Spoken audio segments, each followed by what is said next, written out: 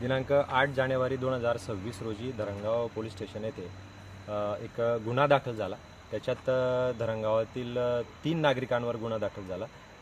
त्या धरणगावच्या 3 आरोपी जे आहेत त्यांच्याकडे एक इराणी विदेशी महिला ही बेकायदेशीरपणे वास्तव्यास होती आणि ह्या 3 आरोपींनी तिला बेकायदेशीरपणे आश्रय दिला। त्या कामी धरणगाव सुरक्षा मंच यांनी निवेदन देखील तसं धरणगाव पोलिसांना दिलेलं होतं। त्यानंतरच ही सगळी कारवाई सुरू झाली। पोलिसांनी गुन्हा दाखल करून त्यांना अटक केली। त्यानंतर पोलिसांनी त्यांना मेहरबान कोर्टात हजर केलं असता धरणगाव कोर्टाने त्यांना 4 दिवसाची पोलीस कस्टडी देखील मंजूर केली।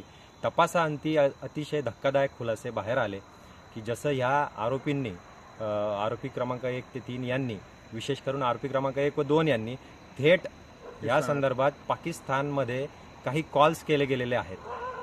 सलमान भाई आणि सलमान खान या नामक व्यक्तींना थेट व्हिडिओ कॉल्स व्हॉट्सअप कॉल्स काही केले गेलेले आहेत। त्याच्यामुळे याच्यात धक्कादायक माहिती देखील समोर आलेली आहे। दरम्यानच्या कालावधीमध्ये या इराणी विदेशी नागरिक महिलेने बाळाला जन्म दिला। तिचा खोटा दाखला जन्म दाखला देखील बनवून घेतला। मुंबईला जन्म आणि दिल्लीचा जन्म दाखला देखील मिळवला। या बाबी अतिशय गंभीर स्वरूपाच्या तपासाअंती निष्पन्न झाल्या आणि आज रोजी जामीन अर्ज या आरोपींच्या वतीने दाखल होता।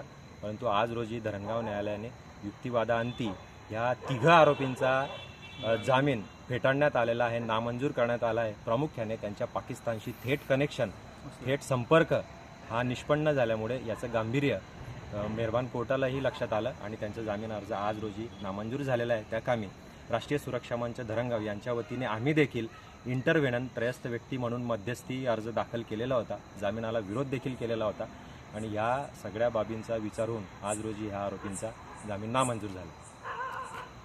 तुमचं नाव काय सर? ॲडव्होकेट गजानन पाटील धरणगाव। राष्ट्रीय सुरक्षा मंच धरणगाव यांनी सकाळी निवेदन दिलं, काय नेमकी कारवाई आपण केली? दिनांक 5/1/2026 रोजी धरणगाव शहरातील कुरेशी मोहल्ला येथील कुरेशी शेख रफिक शेख मुसा व शेख अहमद रजा शेख मुसा यांच्या घरी इराणी महिला नामे फन्नाज हमीद रेजा मसाई ही व तिचा मुलगा मागील 1 वर्षापासून राहत असल्याबाबत माहिती मिळाल्यावरून आपण त्यांना विचारपूस केली आणि सदर महिलेबाबतच्या इराणी व्हिसा किंवा पासपोर्ट असल्याबाबतची खात्री केली असता तिचा व्हिसा हा दिनांक 2022मध्येच संपुष्टात आल्याचे आपल्याला निदर्शनास आले। परंतु सदर दोघांनी सदर महिलेस एवढा कालावधीसाठी आपल्याकडे कुठल्याही प्रकारे धरणगाव पोलीस स्टेशनला म्हणा किंवा पारपत्र विभाग जळगाव यांना कुठल्याही प्रकारे पत्रव्यवहार न करता ती बाब त्यांनी लपवून ठेवली आणि सदर महिलेस त्यांनी त्यांच्या घरामध्ये बरेच दिवस संरक्षित असे थांबवून ठेवले।